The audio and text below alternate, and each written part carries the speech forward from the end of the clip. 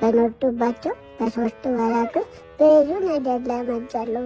መልመድ ያቃተኝ አንዱ ትልቅ ነገር ግን ይህ ሰውዬ ነው። የኔ ቆንጆ አይ ተነሳሽልኝ? አዎ ተነሳው። አይገርምም? ምን አይነት ጡት ነው የሚጠባው የሰውዬ ግን። ሚና እንዳስቀኝ አልጠየቅኩትም። ለራሴን ሆዴ ውስጥ የገባውን አየር ከመጭመጭ ፈስቼ እወጣዋለሁ እላለሁ። ዘባዘንኬ ያወራል። ሁሉንም ነገር ሲያደርግ አላስፈላጊ ድምፅ ያወጣል። እሺ ለምን ነው ጭንቅላቴ የማያሸተው? እሺ አሁን ደግሞ አውሮፕላን ነኝ። የምን ሰዓት ነው? የዳይፐር ነው። ደግሞ ሌላ ትዱ ሰዓት። ግን ምን አይነት ጡት ነው የምጠባው ሰውዬ? አረጋጋም እኮ። የምን ሰዓት ነው? የዳይፐር ነው። እባክህ እሱን ተወውና ቶሎ ቶሎ ጠይቅ። የምጠባው ጡት አለብኝ ሰውዬ።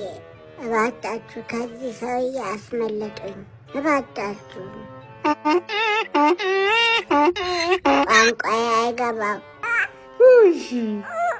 በግልጽ እኮ ያለቀስኩ ነው። ጨዋታ ነው የመሰለው እሱ።